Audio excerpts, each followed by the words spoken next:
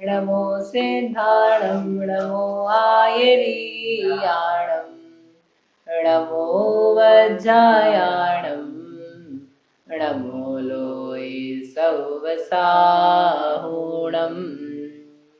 नमः श्रीवर्धमानाय निर्धूतकलिलात्मने सालोकानां त्रिलोकानां यद्विद्यादर्पणायते।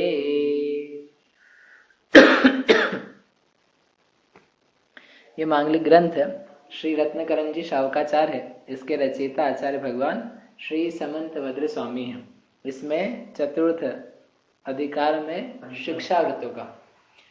अब क्या है, इसमें प्रभाचंद्र आचार्य हैं जिनकी टीका है, तो वो गुणव्रत को और अणुव्रत को एक ही अधिकार में उन्होंने ले लिया, तो उनकी अपेक्षा चौथा। और ऐसे अलग अलग अधिकार करो, सम्यक दर्शन, सम्यक ज्ञान, अणुव्रत, गुणव्रत और पांचवा शिक्षा व्रत, तो उस अपेक्षा से बन जाता है पांचवा।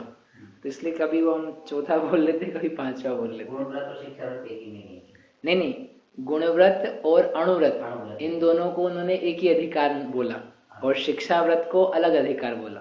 मतलब उनकी संस्कृत की कारिका में ही चतुर्थ अधिकार अब समाप्त हुआ, पंचम चालू होगा, तो आगे से बोलेंगे। तो इसलिए उनकी अपेक्षा से चौथा है, और एक सामान्य से अपन देखें तो अलग अलग चैप्टर्स बन सकते हैं, तो इसलिए पांचवा एक शिक्षा व्रत अधिकार हो गया। तो ऐसा ये चौथा अधिकार है, उसमें सामायिक नाम का शिक्षा व्रत, उसके बारे में अपन ने पढ़ना कल प्रारंभ किया था कि सामायिक में किस बात का चिंतन किया जाता है। एक बार श्लोक पढ़े साथ में, लिखा हुआ है, व्यापार वै मनस्यात् विनिवृत्त्यात्मन्तरात्म विनिवृत्त्या सामायिकं बध्नीयादुपवासे चैकभुक्ते वा। सामायिकम बध्नीयात्, सामायिक ले जाना चाहिए अर्थात करनी चाहिए। किस रूप से? तो तीन बातें कही थी आपसे।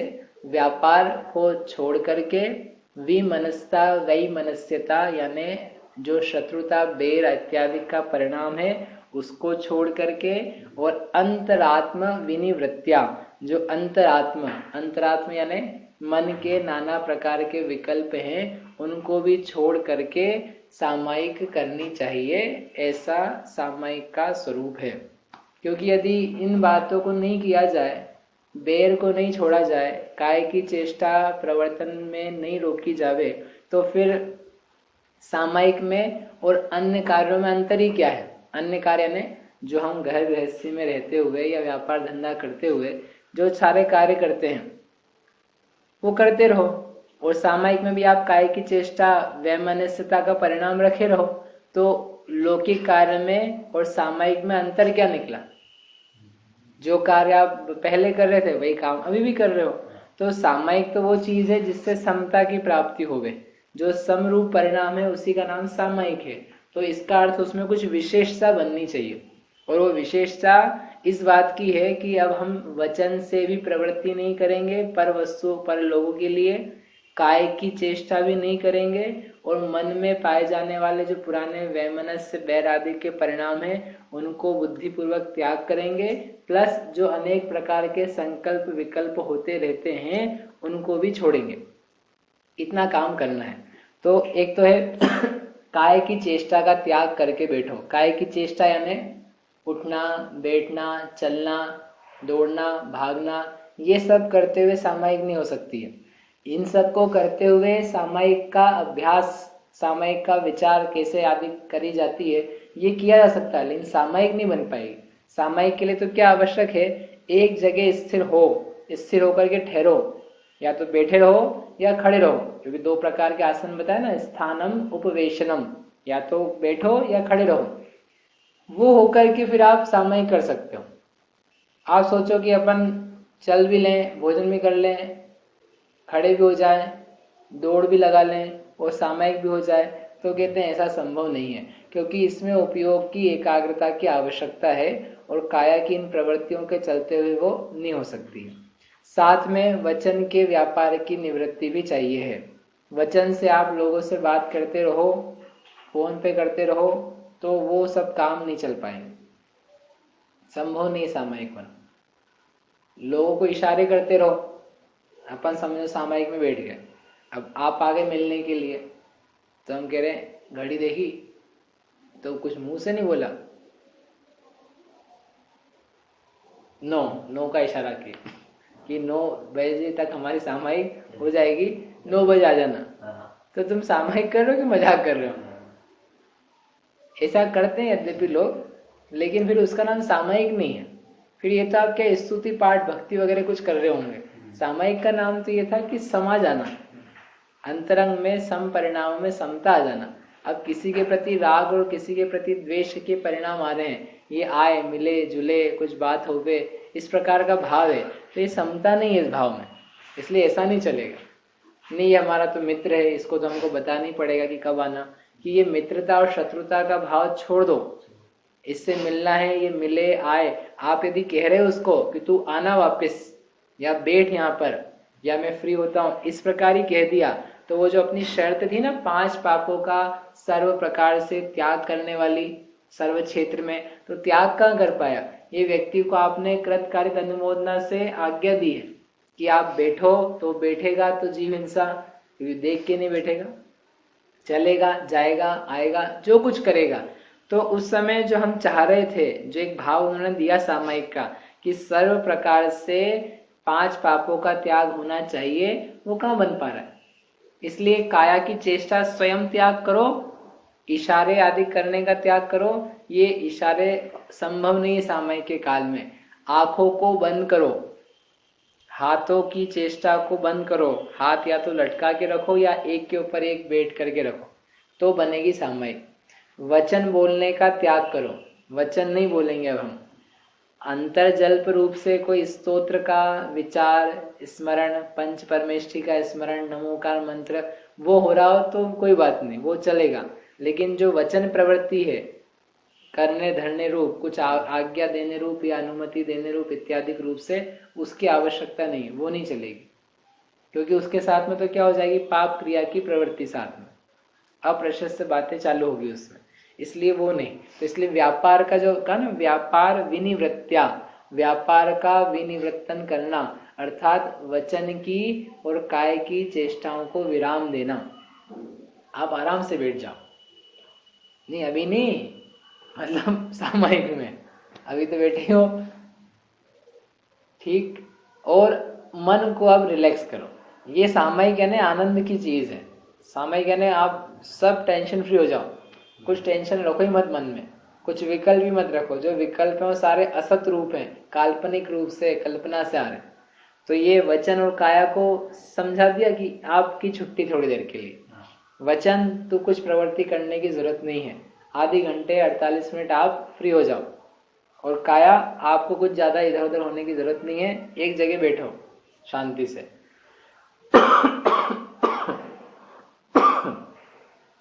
तो ये काया को फ्री कर दिया।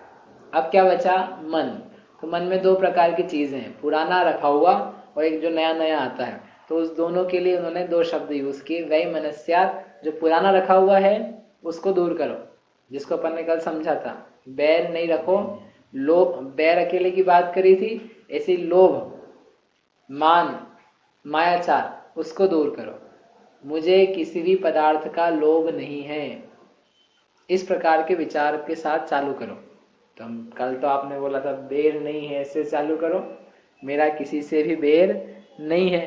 तो ये सोचे हम कि मुझे किसी से भी लोभ नहीं है, ये सोचे, तो तुमको जो समझ पड़ जाना जिस काल में उससे चालू कर लेना, लेकिन आना सब चाहिए।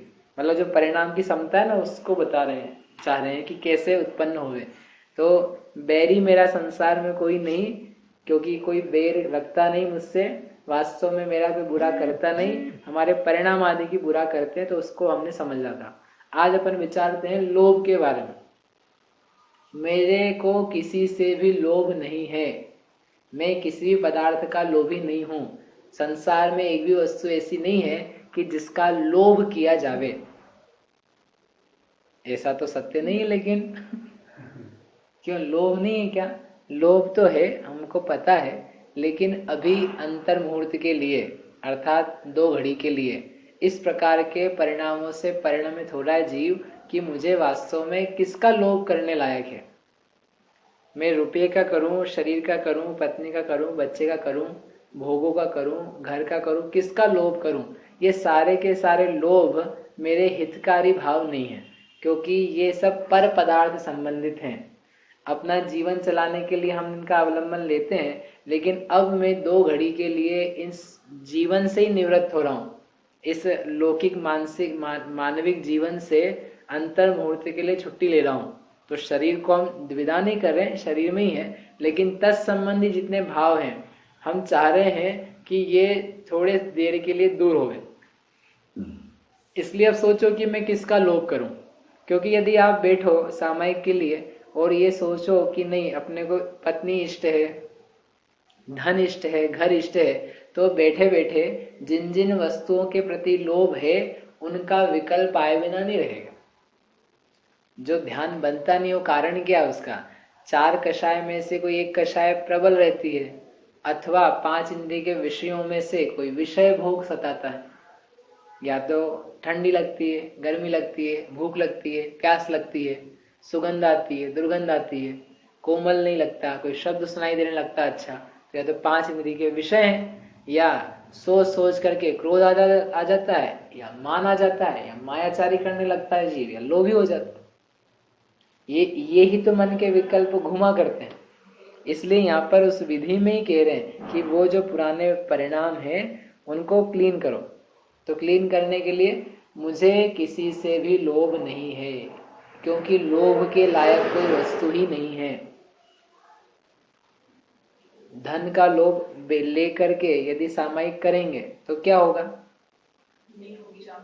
तो धन ही धन आएगा सामने, दुकानदारी होगी। हे भगवान, अब नियम तो ले लिया है, महाराज जी ने दे दिया है कि 5 मिनट बैठ करके सामायिक करना।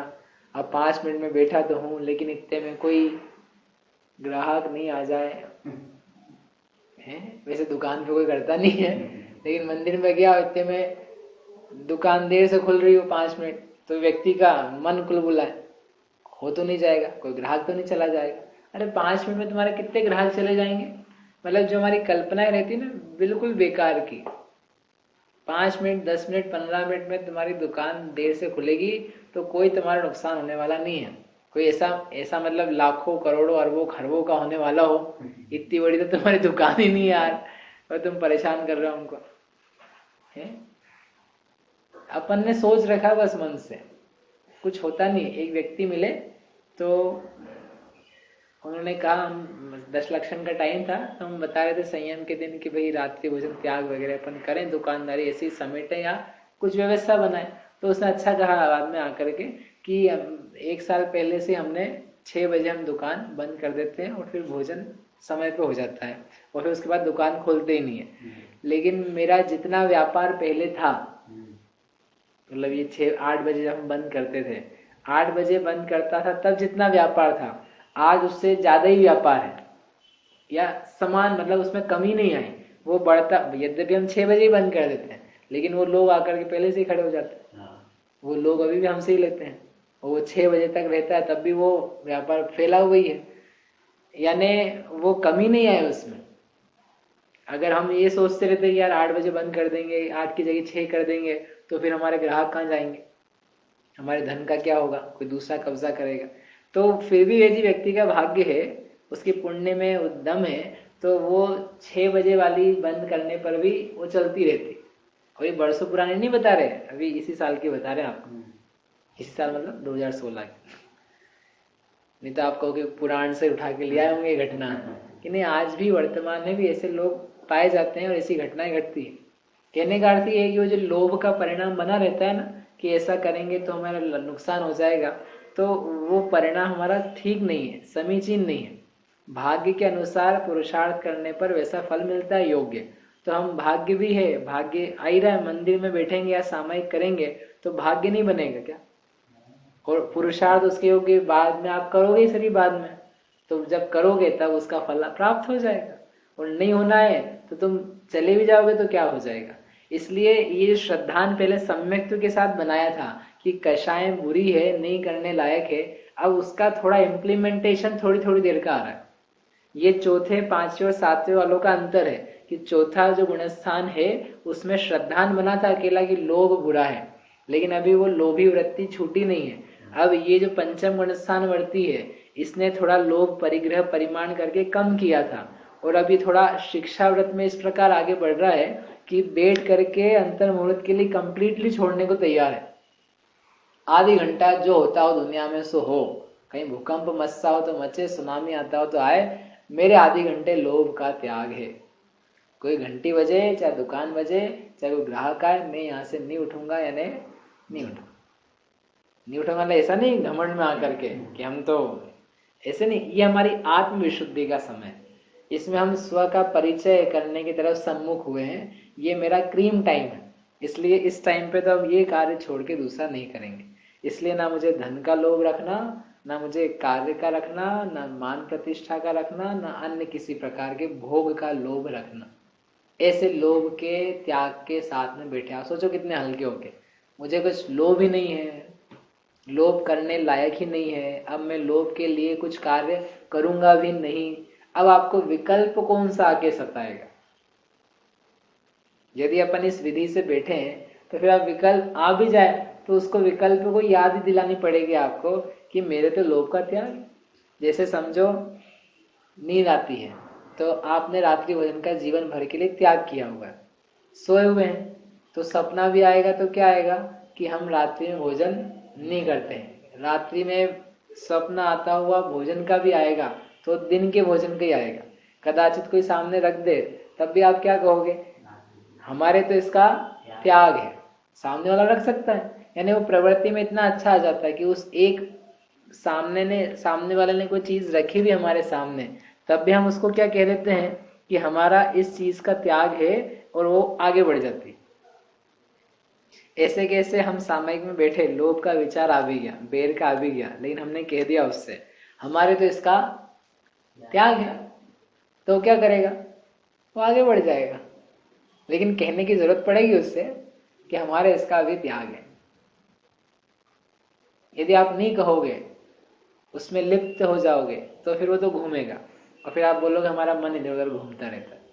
लेकिन आप यदि प्रतिज्ञा करके बैठे हो, वो प्रतिज्ञा आपको स्मृति में याद में है उतनी देर के लिए, तो बन जाएगी। याद रहने की और उसको याद दिलाने की आवश्यकता है। ठीक, तो ये हुआ लोभ का। ऐसे ही मायाचार का, ऐसे ही मान का, मेरे सर्व प्रकार के मान का त्याग है, मुझे किससे मान करूं।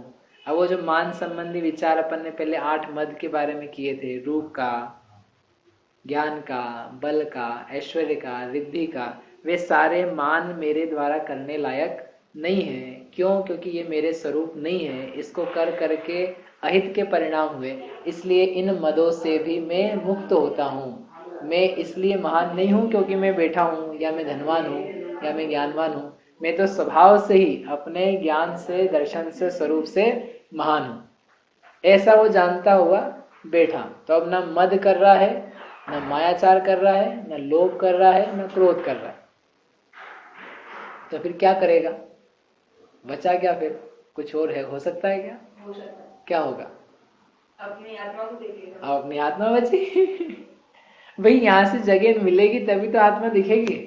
यदि आप इसमें फंसे रहोगे तो आत्मा कैसे दिखेगी? भीड़ है, अब भीड़ में फंसे हुए तो आदमी आगे कैसे जाए? और भीड़ हटा भी नहीं रहा है भीड़ को, बस फंसा हुआ, तो मैं ट्रैफिक जाम में फंसा हूँ, ये फंसा तो इधर उधर से निकल के आ। ऐसे कैसे यहाँ कषायों की भीड़ बनी हुई है, विषयों की भीड़ बनी हुई है, पुराने बहुत सारे परिणाम बने हुए हैं, उस भीड़ में से आपको निकल निकल के आना पड़ेगा। एग्जाम का टाइम हो, पेपर का टाइम हो गया और ट्रैफिक जाम हो गया, तो आप क्या करोगे? आप बोल दो एग्जाम वाले को, साहब आज तो नहीं आ पाए, मैं ट्रैफिक जाम में फंस गया था। है, चलेगा ऐसा? तो क्या करोगे? गाड़ी साइड में रखो, दौड़ो भागो, कैसे भी करके निकलो। ऐसे कैसे कषाय की भीड़ में यदि किसी को आत्म स्वरूप की परीक्षा में पास होना है, सम्यक दर्शन ज्ञान चारित्र प्राप्त करना है, बोले यहाँ से निकलो कैसे भी करके, हटाओ इनको, ये नहीं हटते हैं तो अपन आगे जगह बना बना के निकलो। ठीक, सामायिक जगह बनाने का नाम है।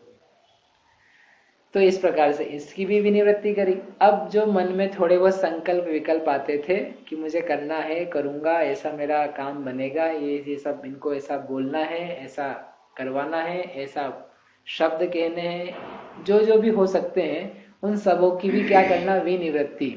इसके लिए आचार्य महाराज ने दो शब्द कहे, एक कहा प्रतिक्रमण और एक कहा प्रत्याख्यान। ये दो करके सामायिक होती है। क्या दो चीजें?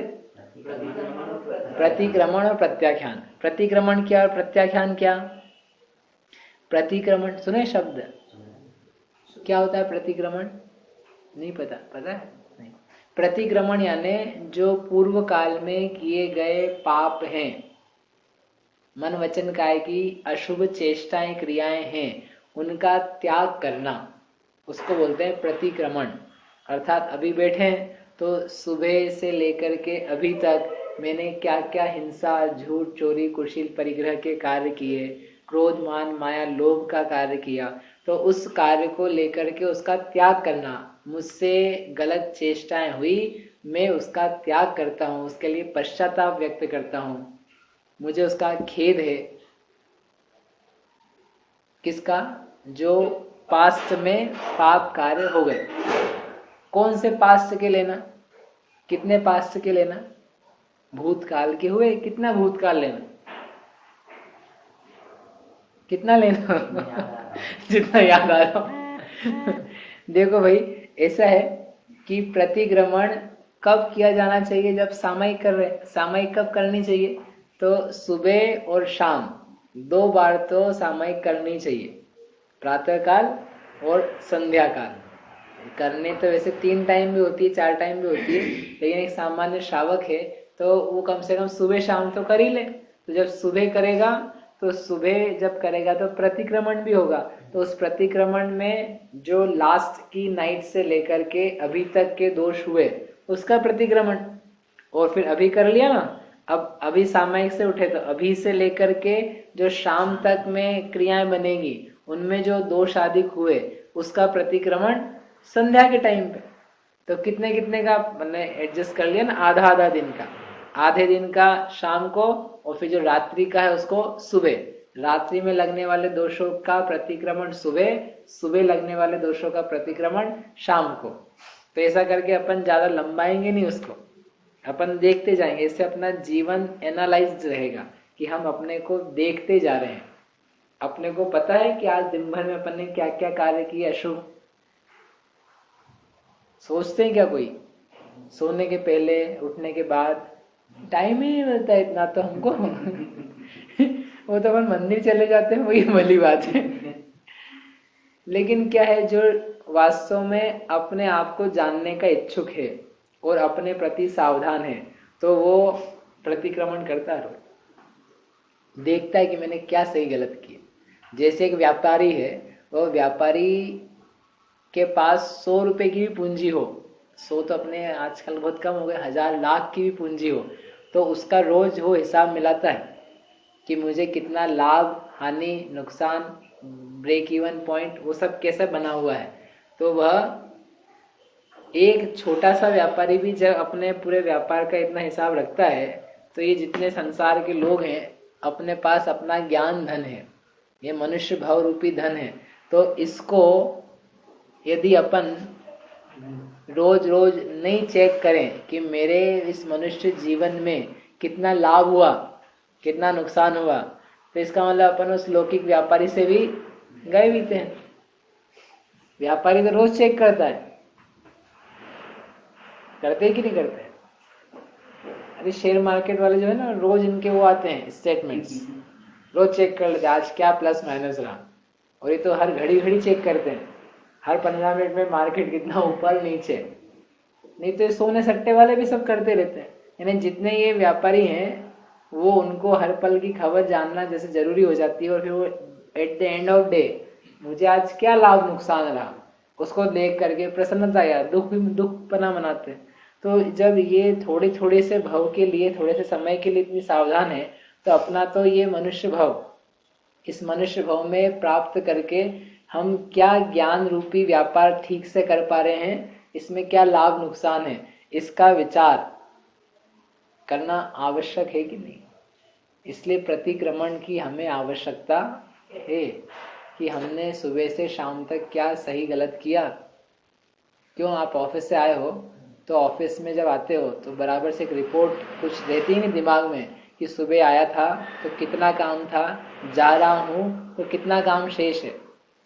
तो आज आप रात को सोओगे तो आपको ये क्लियर है कि इस मनुष्य भाव में मैंने अपनी आत्मा के लिए कितना किया और कितना शेष है। सुबह पता रहे था कि आज कितना करना था आत्मा के लिए? न सुबह पता था न शाम को सोते समय पता है, न कल पता रहेगा, न मरते दम तक पता चलेगा कि अपन ने अपने लिए किया क्या। व्यक्ति मर जाता है लेकिन पता ही नहीं पड़ता उसने क्या किया अपने लिए, कुछ नहीं कर पाता बेचारा, पता ही नहीं उसे। दुनिया भर के सब काम करे उसने, घर का, गृहस्थी का, व्यापार का, प्रोग्राम बनाने का सब पता है, सबकी वर्क लिस्ट, वर्क रिपोर्ट बनाई। अपना रिपोर्ट कार्ड किसी के पास नहीं, किसी के पास नहीं मतलब बहुत अल्प से लोगों के पास। यदि अपन ये नहीं कर पाए तो अपना टाइम वेस्ट जा रहा है। आप ऑफिस जाओ, महीने 6 महीने साल काम करो, वो तुम्हारा बॉस पूछे बताओ क्या किया, बोले साहब पता नहीं क्या किया मैंने साल भर आया तो था, मैं सैलरी भी ली मैंने, लेकिन मेरे को पता नहीं क्या हुआ मैं कहाँ था और कहाँ पहुंचा, I don't know, I have no idea. तो ऐसे जीवन बीत गया।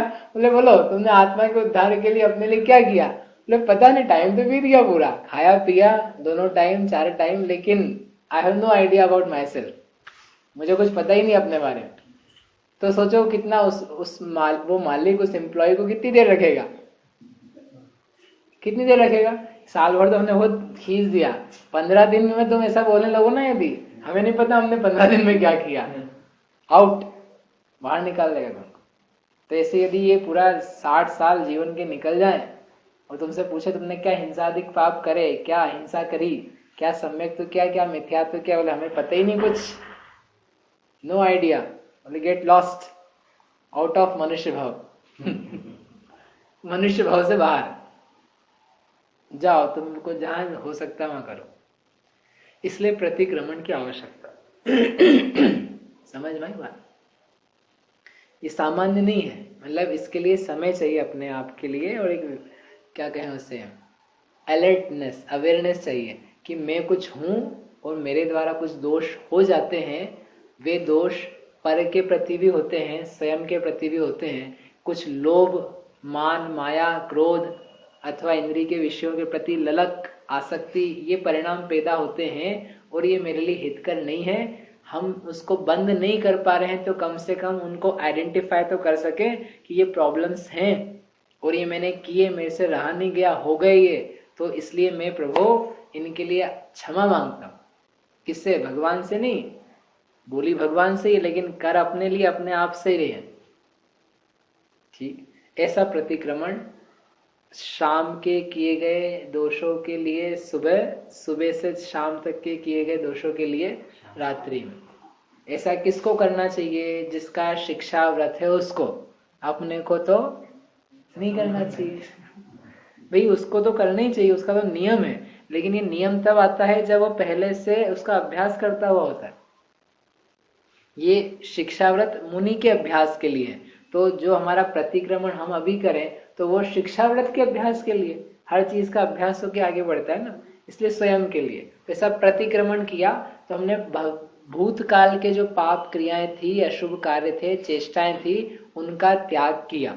ऐसा त्याग करके बैठे, बात चल रही सामायिक की, तो उसके लिए पहले प्रतिक्रमण किया और प्रतिक्रमण करके बाद में किया प्रत्याख्यान।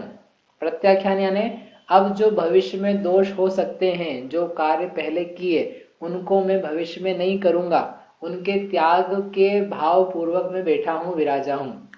ये जो पाप कर चुका हूं ये पुनः मेरे द्वारा नहीं किए जाएंगे, कम से कम 2 घड़ी के लिए तो उन सारी बातों का मैं त्याग कर रहा हूं। 2 घड़ी यानी 48 मिनट, उसके लिए त्याग किया, तो ये होगा प्रत्याख्यान। तो यानी भूत का हो गया और भविष्य का हो गया। अब क्या बचा?